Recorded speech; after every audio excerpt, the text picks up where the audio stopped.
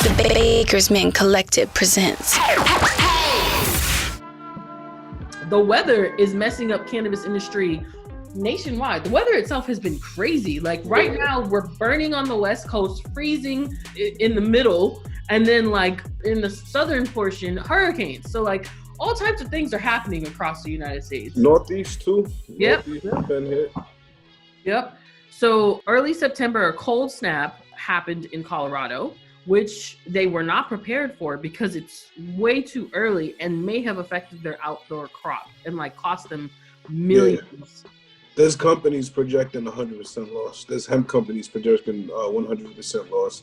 There's flower companies. Early projections were like 60, and now they're probably like 70, 75% loss. They got in some areas like a foot and a half, 2 feet of snow.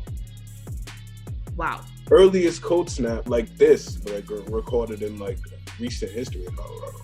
Mm-hmm. So for you listeners to get maybe a little bit of understanding, what generally happens right now in the cannabis industry is that, well, leading in October, you start cropping out your fall. Croptober. Yeah. So that goes down. And what that does is that the outdoor crops usually get sold at a lower price point, which then drives Supply and demand. Yeah, supply and so then it drives the overall price down because now we have a large amount of outdoor crop. So the overall price to the consumer gets dropped during this time. So much so that other companies plan what they're growing during this period based on this information. You know, not just what they're growing or what they're going to put out. So are we going to do our indoor top shelf, crop that out right now? Or are we going to do a little bit like you said, light depths? Or are we going to put those out? Yeah. But these strains are so specific that we're still going to keep our customers. So since the freezing happened, the cold snap, there might not be this decrease in the market. Cold snap and the Cali fires. Yeah. Oh yeah. I was going because like it's one versus the other. Cold snap versus the blazing fires in Cali.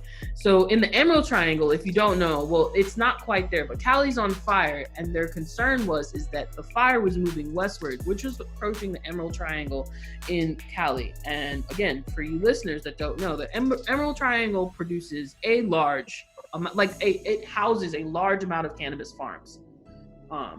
And some of the most knowledgeable cannabis wizards known to mankind.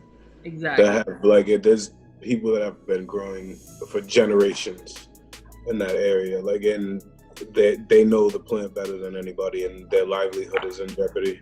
Mm-hmm.